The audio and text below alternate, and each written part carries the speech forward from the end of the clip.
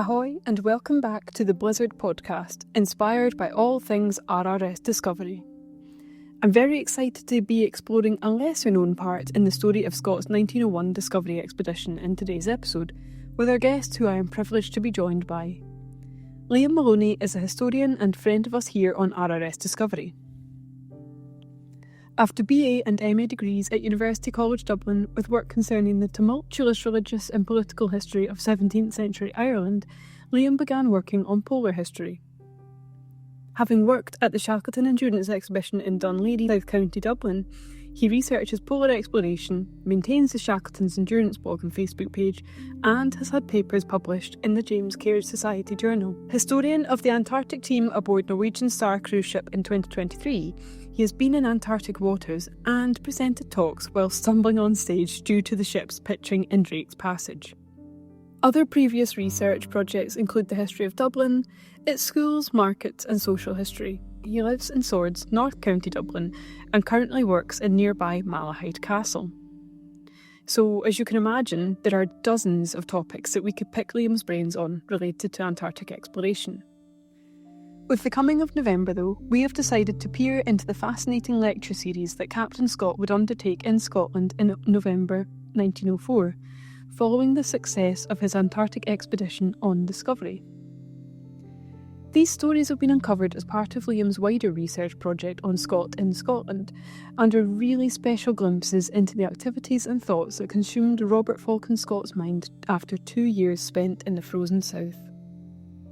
We'll start off today's discussion by sharing with you the words of a New Zealand newspaper from 1904, the clipping that sparked Liam's interest and spurred his extensive research into this topic. Of Captain Mackay, the Dundee skipper who commanded the Terra Nova, a good story is told. He was present at a convivial gathering at Dundee when the Discovery was launched, and in the course of the inevitable speeches, Captain Scott told the assembly of old Scots whaling captains he had never seen any ice beyond that on a skating pond. But in that spirit of optimism and confidence so characteristic of the British Navy, he added that he and his officers on the Discovery would soon know as much about it as anyone who ever went a whaling. One of the captains, noted for his directness of speech, replied that anyone could put a ship into ice if he watched his chance, but it needed a man of skill to bring her out, and he then and there expressed the opinion that he himself or one of his colleagues would probably require to perform that kindly office for Captain Scott and his crew. And so, with almost dramatic appropriateness, it has happened. So Liam, can you tell us a bit about what's going on here and what this newspaper article is referring to? Of course. I came across it using the newspaper's past, the great database of the National Library of New Zealand, looking for something related but completely different. Found Mackay's name and was interested by this story of potential conflict with Scott and the Dundee whalers. And I wanted to know whether it was just a story or whether there was something in it. And of course, Captain Mackay, the outspoken whaling captain from Dundee, has the connection to Scott in that he commanded the Terra Nova, the ship which, along with the Morning, commanded by William Colbeck, was sent on the relief mission of 1904 to help blast Discovery free from the Antarctic ice, marking the end of the Discovery expedition.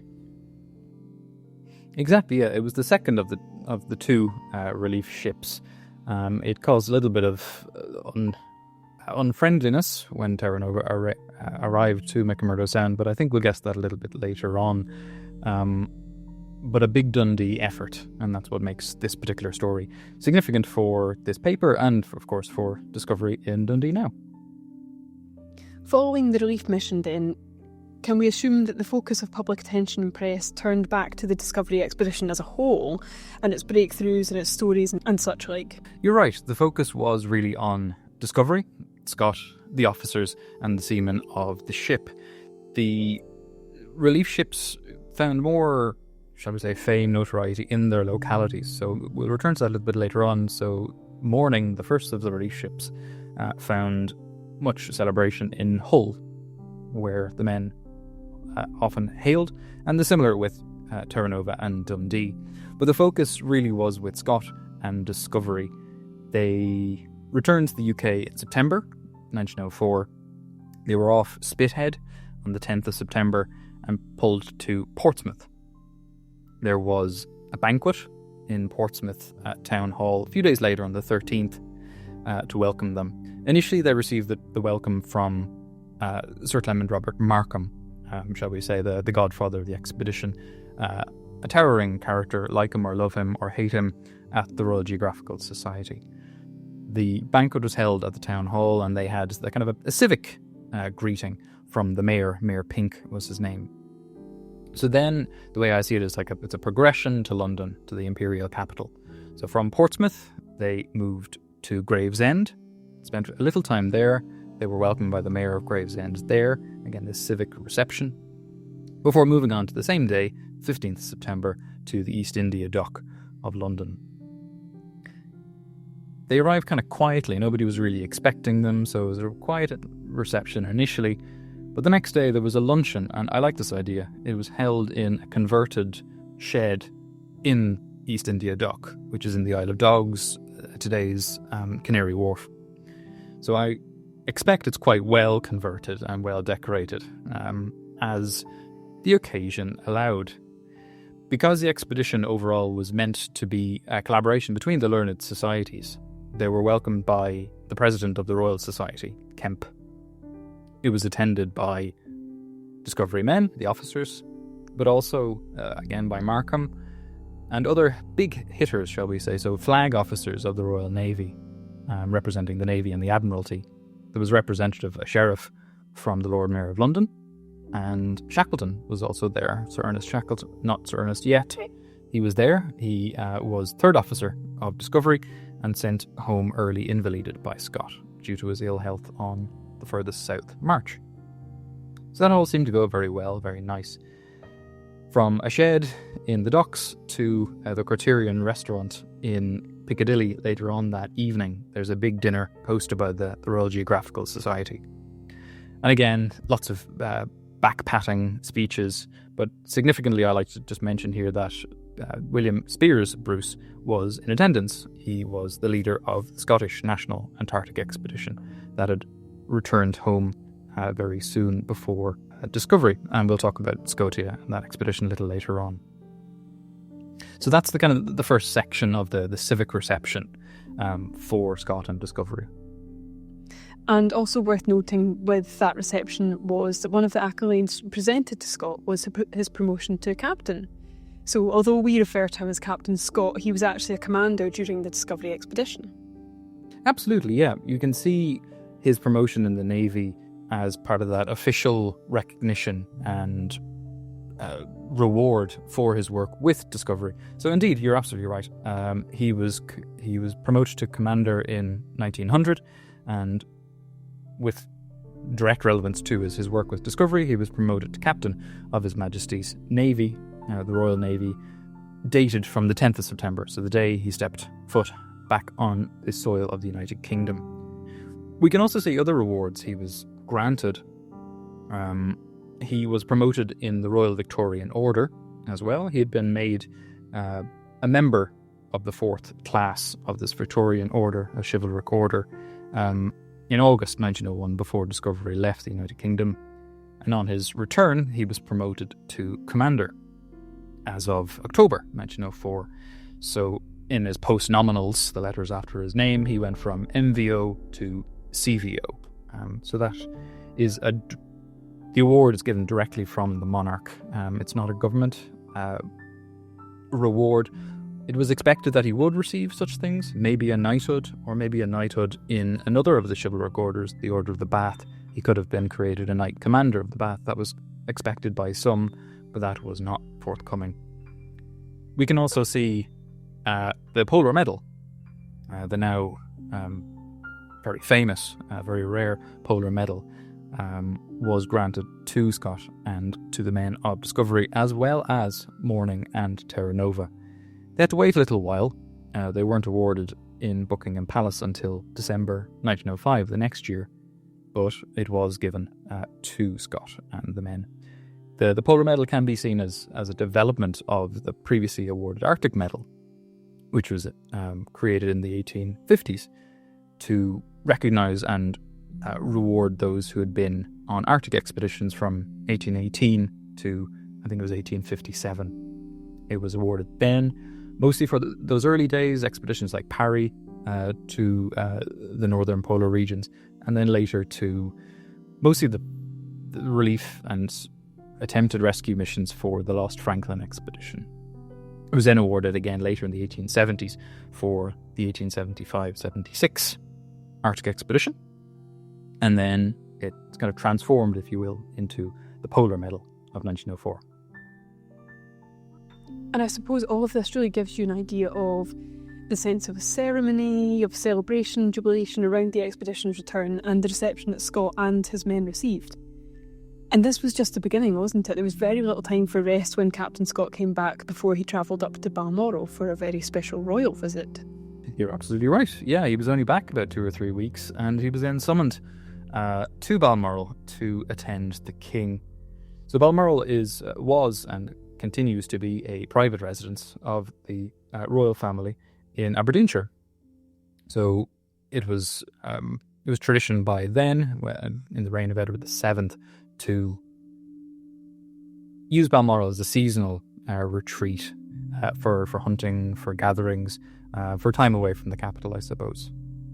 So Scott was called to attend the king and went for a few days, starting on the 27th of September. So he arrived, he received the badge of the commander, Victorian Order, from the king personally, which was very nice. The first evening he attended the dinner, he sat at the king's table, and then attended a concert later on that evening. The next day was first used to prepare for the lecture he was to give, and then after dinner he delivered his lecture about the Discovery expedition to the illustrious gatherings, to the royal family themselves and the courtiers and those gathered. It was a success. The king was personally very interested and apparently asked lots of questions, which dragged on, but of course one can see that as a success for Scott. The next day was dedicated to hunting. There was a grouse drive. Scott was directed by the Prince of Wales, later George V. Did very well for himself, apparently. Again, had dinner at the king's table, and then had a quiet evening of smoking and billiards, where he received compliments from others about how well he did the previous day. The next day, again, he had personal time with the king to show him the materials that he brought from the expedition. So these are the watercolours, photographs, materials, that kind of thing that he could show off. There was a lunch, again, at a small table with the king. There was a deer drive, more hunting, more shooting, and Scott shot a stag. So again, that's a success if you're into hunting. He attended the by now famed Gillies Ball at Balmoral, and I think then he left that evening. So he was there for a solid 3 days, and he thought he did very well for himself. Wow, isn't that such an incredibly detailed account of Scott's activities? Did you find out about his time in Balmoral through his diaries, or did he keep journals, or was it reported on in the press at the time? How do you know all of these things that he went about doing up there? We know this because he wrote to his mother, Hannah. So there's a few times that I'll mention letters to his mother. So all of this detail is in a letter to his mother, who he was very close to. So we know these details, and he was obviously very proud of attending the king and making a good showing of himself. So you've mentioned there that he was delivering lectures and preparing expedition materials. So what comes after the Balmoral visit? It's certainly a grand way to kick off what would be a very busy few months, I assume, for him. There are a few other dinners and events that he attended, but I think the next significant section of this story is in London. So after this first jaunt to Scotland, which I think is significant, he's back in London, and things really kick off again at the start of November for the big public events. So there is the opening of an exhibition of the expedition materials. Presumably that needed to be prepared, and that's presumably what took quite a lot of his time in October. So the expedition opened in a gallery in London on the 4th of November. So this comprises the watercolours of Wilson, Edward Adrian Wilson, the photographs of Skelton, William Skelton. There was a model of Discovery that was loaned by Markham. And as well as that, there are the sledging flags of the expedition members, and there are examples of the supplies, the equipment, the clothing that was used, worn, eaten by the expedition in Antarctica. It gathered quite a lot of interest and attendance. There were complaints in the newspapers the following day after the opening that too many people were invited and they had to be turned away at the door. All publicity is good publicity, I suppose. However, that same evening, Scott had to dash off because there was another dinner to go to, obviously. And this was the annual dinner of the Royal Corinthian Yacht Club. So himself, Scott, and Armitage, the second in command of the expedition, attended. The connection between this particular yacht club and the expedition is quite simple. Markham had an honorary membership of the RCYC, the Royal Corinthian Yacht Club, and this allowed him to register Morning, the first relief ship, with the club. This allowed certain privileges. One is kind of prestige. It allowed the ship to fly the blue ensign of the yacht club, and it also allowed it to be registered as a yacht, so it got around Board of Trade regulations. This is important for how much stuff you can shove on a ship and have it legally sail. So they attended this dinner on that same evening as the expedition launched. The other significant attendees there are the officers of Morning, so including William Colbeck. He was the officer in command of the ship. So he's there. They're all back. This ship returned to the United Kingdom in early October at Plymouth, and then later on in the month they were received at Hull, which again, as I said, one of those kind of local celebrations for a hub of where the men hailed.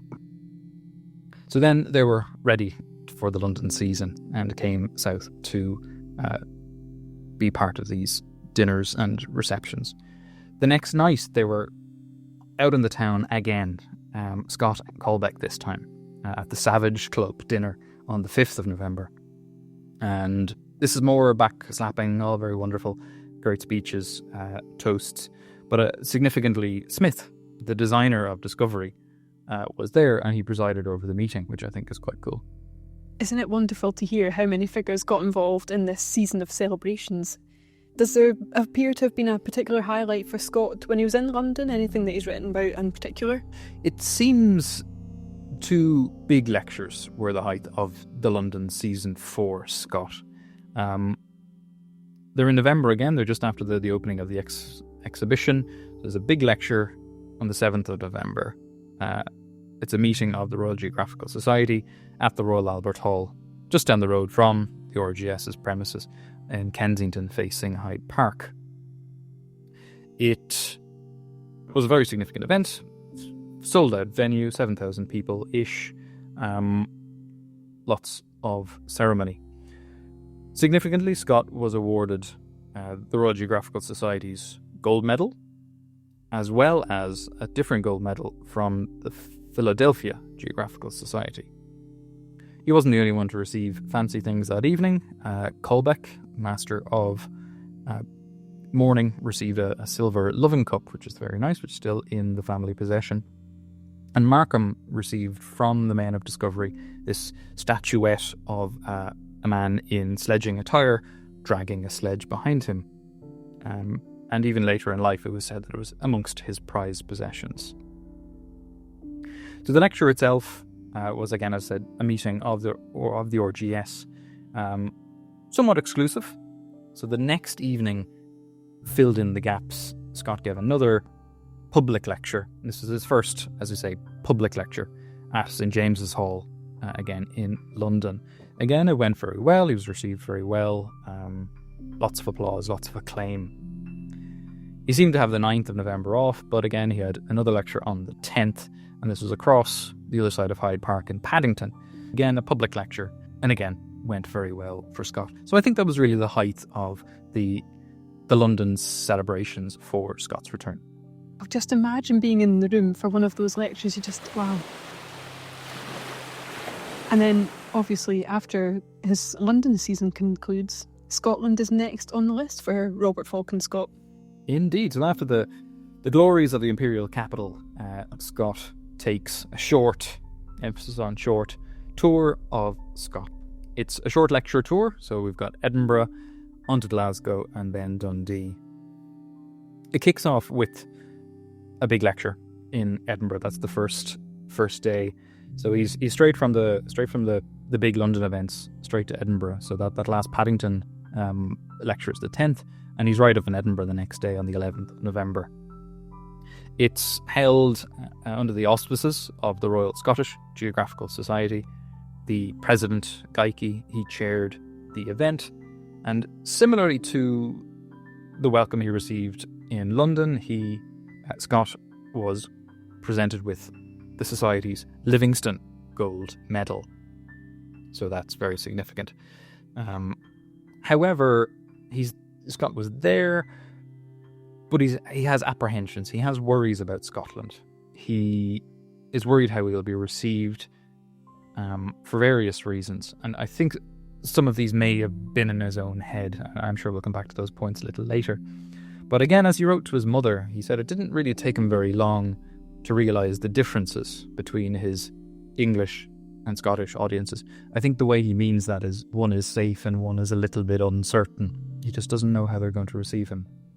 And the phrase he used in the letter to his mother, he contrived to exert efforts to please. That's just, there are too many words there. He has to contrive, he has to pretend to try to please them. So he's really working quite hard to say the right things, to not cause offence. I think, again, some of this might be in his own head. However, he was pleased at the outcome of this lecture, and he was particularly pleased that it was very likely that more people attended his 1904 lecture in Edinburgh than had attended Fridtjof Nansen's 1897 lecture in the same venue. That's the Synod Hall in Edinburgh. So that's Nansen returned from his first big Fram expedition to the northern polar regions. And it seems that Scott had more people at his lecture than Nansen did, and he seemed quite pleased by that. So that's a good kickoff to the Edinburgh events.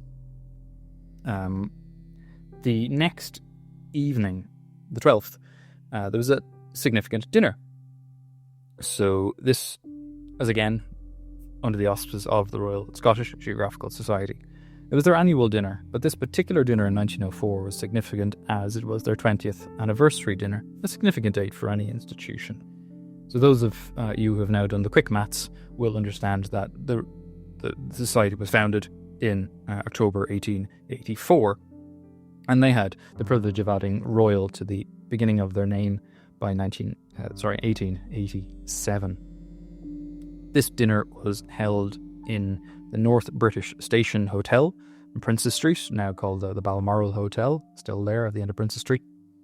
Again, the president of the society chaired, and Scott and Markham were the principal guests. Bruce, the commander, the leader of the Scottish National Antarctic Expedition, was at that stage sick and couldn't attend, so he wasn't the last of the three principal guests. It was a dinner full of toasts, lots of speeches, some not very interesting, some interesting. The thing that I took out as interesting was the appreciation of the change in the objectives of expeditions.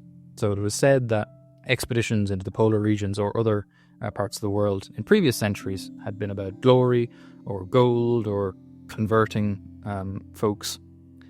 The more recent expeditions had a focus on science, gathering information, gathering specimens, observations, and learning about the world. And that was obviously hailed as a great success and a great move in that way. That, of course, the greater concern was usually the countries that were going to be great in the future were those who focused on science. And the emphasis there was this is how Britain will continue its greatness. Because Bruce wasn't there, Robertson, who was master of the expedition ship Scotia, was there, and he was asked to speak. So when Robertson stood to speak, he said that the Scottish expedition really couldn't compete with that of Scott's Discovery expedition. He said that it had difficulties in its foundation, it had difficulties in funding, and significantly said there were no naval officers aboard Scotia, and he said that was kind of the key to success. It's hard to judge whether Robertson said these things at such a gathering out of kind of deference for Scott, like, oh, we can't compete with you, you're the great one, or a frustration. It's really hard to tell what the tone is reading these newspaper reports. I don't know if he's a bit annoyed that Discovery Expedition got the funding and support, whereas Scotia and Bruce did not. It's hard to tell which one was which. However, Scott stood up next, and he said that the expeditions were likely to be compared because of their overlap in time, and despite the fact that they were in different parts of Antarctica, it was likely they'd be compared, but that it'd be unfair to do so. So we'll give him credit for that. He said that his expedition was more focused on land, discovery and research of land, whereas Scotia and Bruce's expedition had a more oceanographical focus and data. So that was nice of him to at least recognise that. And so for any of our listeners who perhaps aren't as familiar with the story of the Scotia, some of the differences that Scott might have been referring to here are that the Scottish expedition was funded privately by the Coates brothers of Edinburgh. The makeup of its crew was completely different to that of Discovery in that there were a lot of local men, so men on the Scotia were from Aberdeen, Dundee, Peterhead. And then when you look at the work that they carried out on each expedition, Scotia focused on the Weddell Sea, whereas Discovery was very much about the land-based exploration and science.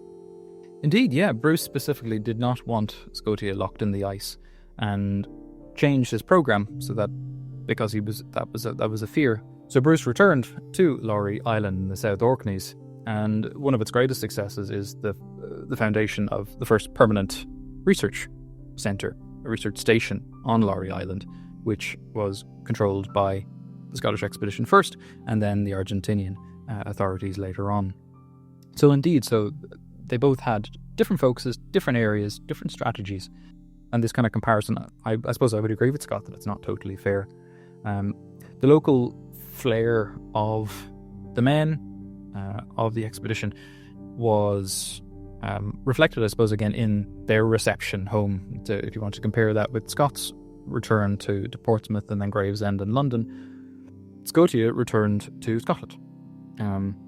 Just very briefly, they were on the Clyde in July 1904, and there was a reception at the Millport Marine Station on Great Cumbrae Island, and they were received by family and friends, which is very nice, but also the president of the Royal Scottish Geographical Society, Murray, and Shackleton was there as secretary and treasurer of the Royal Scottish Geographical Society.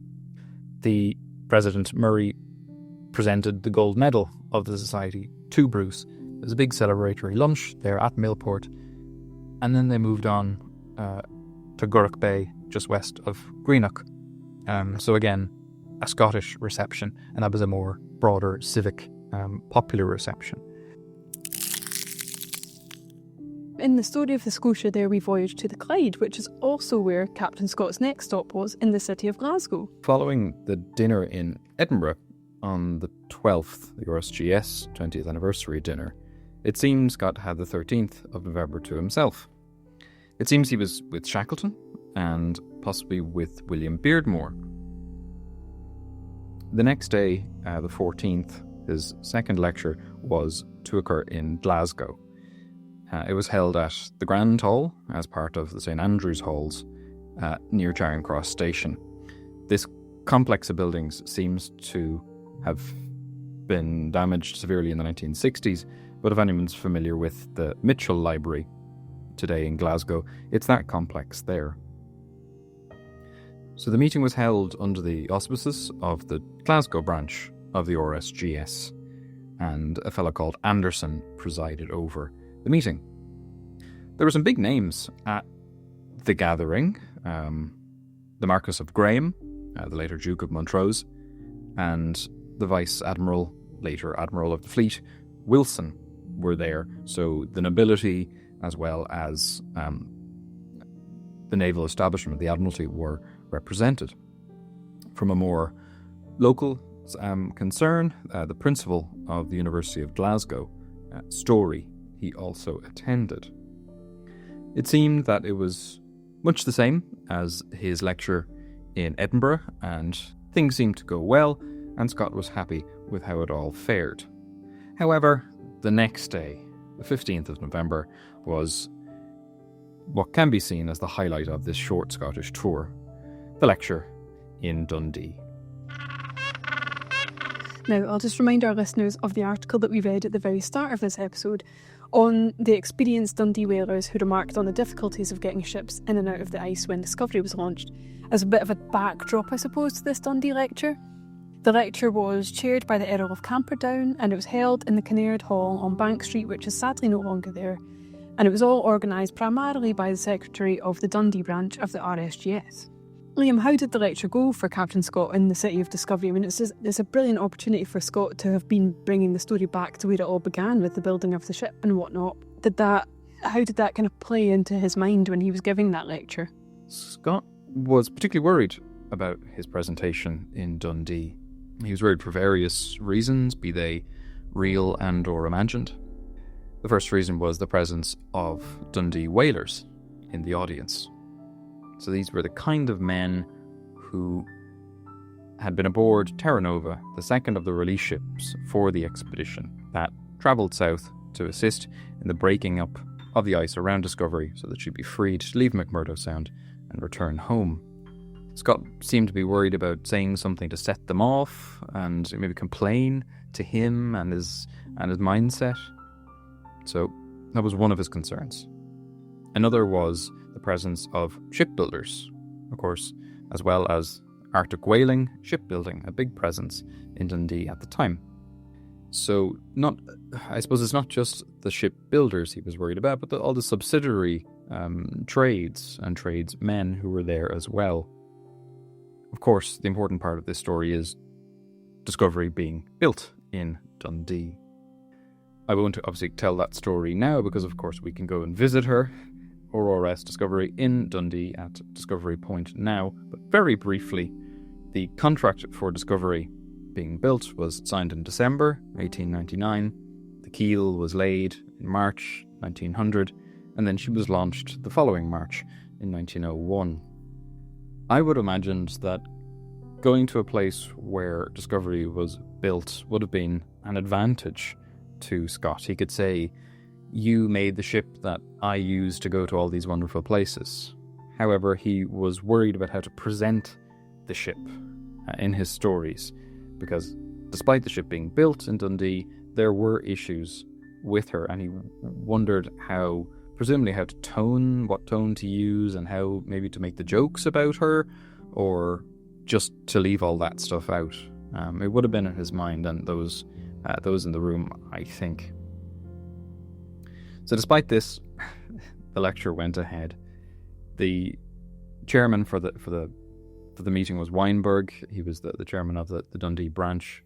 And of course, with all these considerations in mind, he spoke highly of Terra Nova. He spoke highly of the relief ship. He spoke highly of the shipbuilders of Dundee. He spoke well of Mackay, the master of Terra Nova for the relief for the relief mission, and as well of the seamen generally of Dundee. So with these kind of peoples in the audience, again to return to this, he thought that these folks, as well as probably just Dundonians in general, would be readily offended or would want to complain to Scott or about the Navy or about the expedition. But it did seem to go well. And again, he wrote to his mother afterwards, he wrote that he managed to say just what was right. So again, there's this kind of emphasis on him having to curate his story and appease and say just what he thought they wanted to hear. So again, a management of his storytelling. It's really interesting when we consider that Scott's Dundee connections didn't stop after this lecture, because His next voyage to the Antarctic would of course be on the Dundee-built Terra Nova that had been captained by Mackay when going to free Discovery from her icy home a few months prior to the lecture. So everything is really so well connected in polar history, isn't it?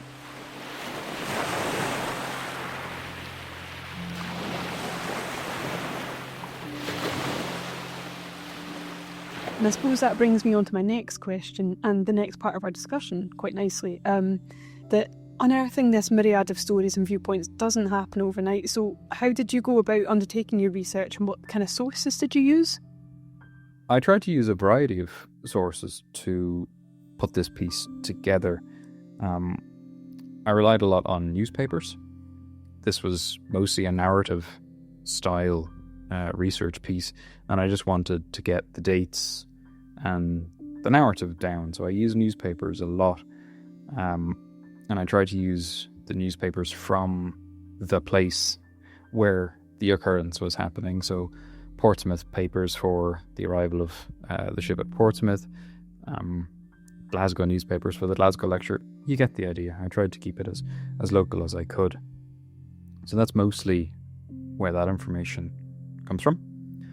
I tried to also use the words of the men involved. So I used the expedition book of Scott, of course, Voyage of the Discovery, memoirs and accounts from the others, to fill in that picture.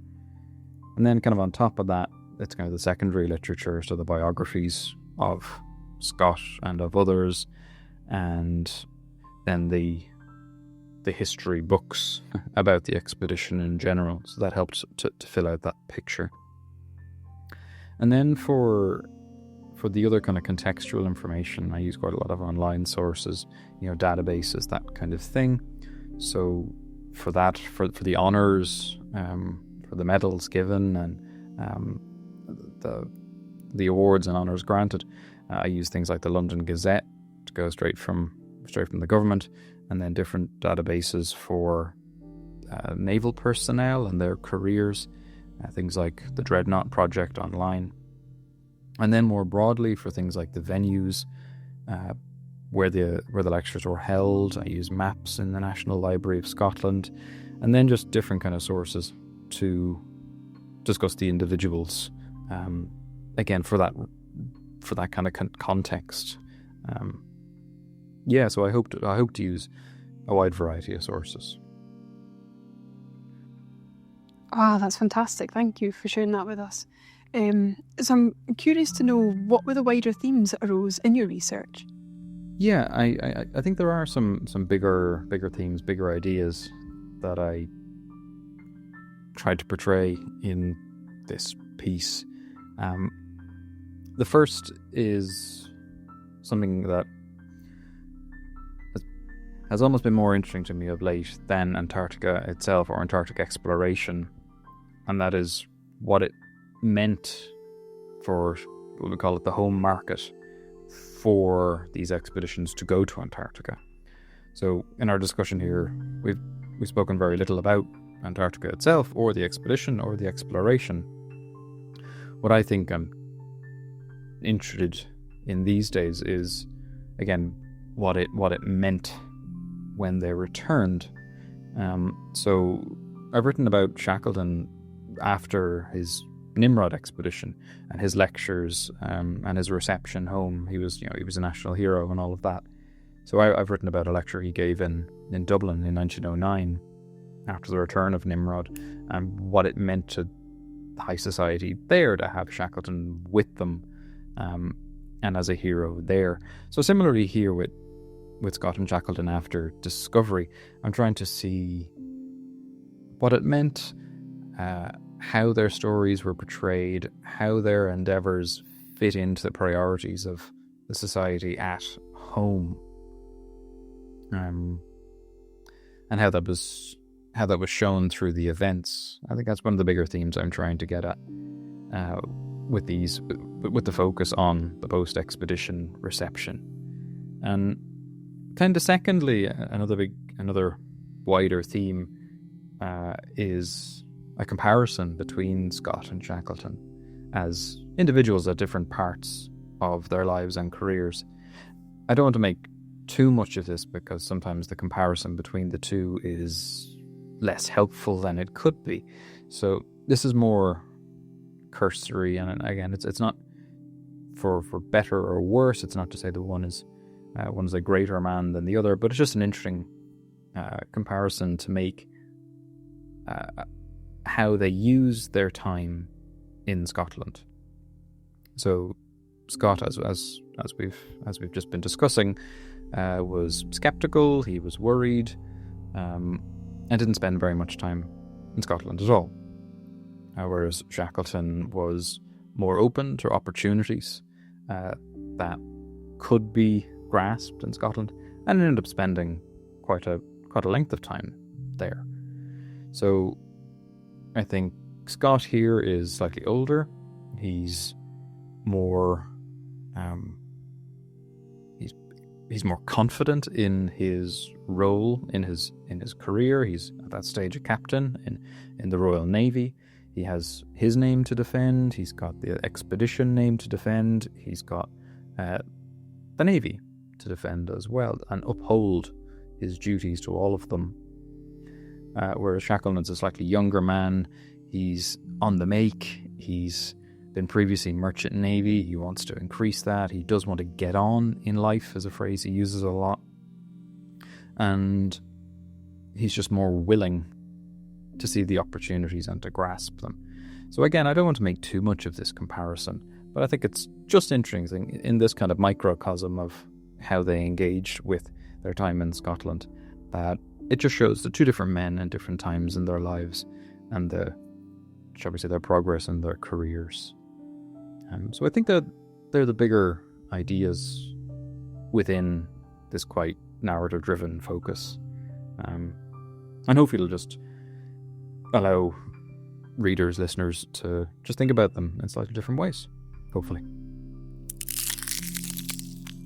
And going back to what we said earlier about everything in polar history being connected, and with so many broader themes going on in the background, what were the difficulties in bringing together your Scotland research? For me, for this piece, the difficulty was knowing where to stop in relation to the Shackleton material. It was kind of easy with Scott because the focus of this part of the work was about Scott in Scotland. So when he left Scotland, that was kind of the end of the focus. So after the few days in Scotland, he headed back south, now back into more talks across England, but then back to work really. He got some time off to write the expedition book, and then he was back to work with the Admiralty, and then was back to active commands, thinking about his family, his mother and his sisters. He needed to support them financially. So that was kind of the end of that focus for what I was writing for this. Whereas it was a bit more difficult with Shackleton.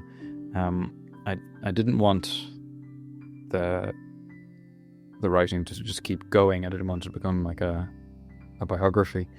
So what I wanted was to keep the focus on post-discovery and not let it continue into, shall we call it, pre-Nimrod discussion. So usually when we're reading about Shackleton, we see his life divided up into sections based on the expeditions, which is handy in a way, but of course there's more to life than that. But in this way, it's easy to think about it in that way. I didn't want my narrative to transform at the end to a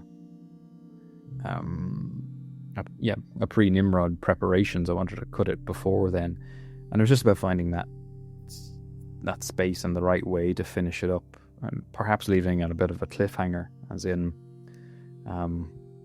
these things didn't work out for him, but the next thing might, and that would be Nimrod.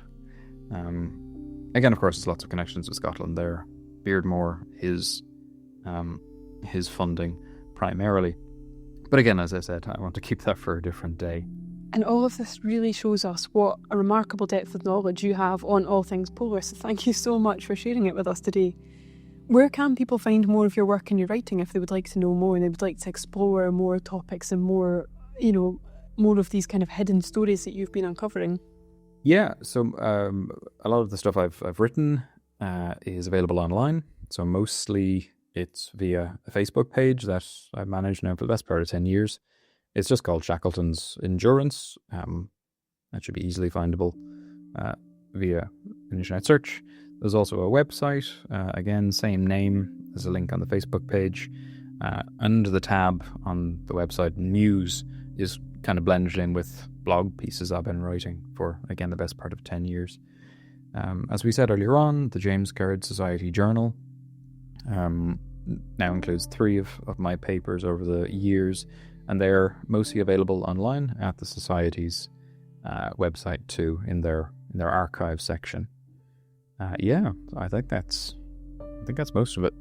I really do encourage you to check out the Facebook page and website that Liam's been mentioning there.